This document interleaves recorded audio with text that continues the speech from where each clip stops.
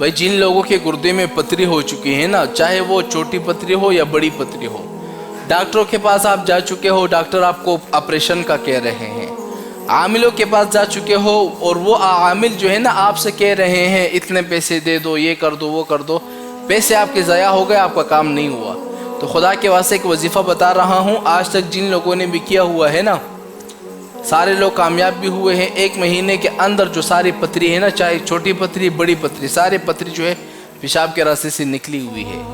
اب وہ وظیفہ کون سا ہے؟ دیکھو بڑا آسان سا وظیفہ ہے، روزانہ 7 مرتبہ آپ نے یہ پڑھنا ہے، پانی پر دم کرنا ہے، خود پی لینا ہے۔ وظیفہ یہ ہے، پہلا پارہ ہے سورہ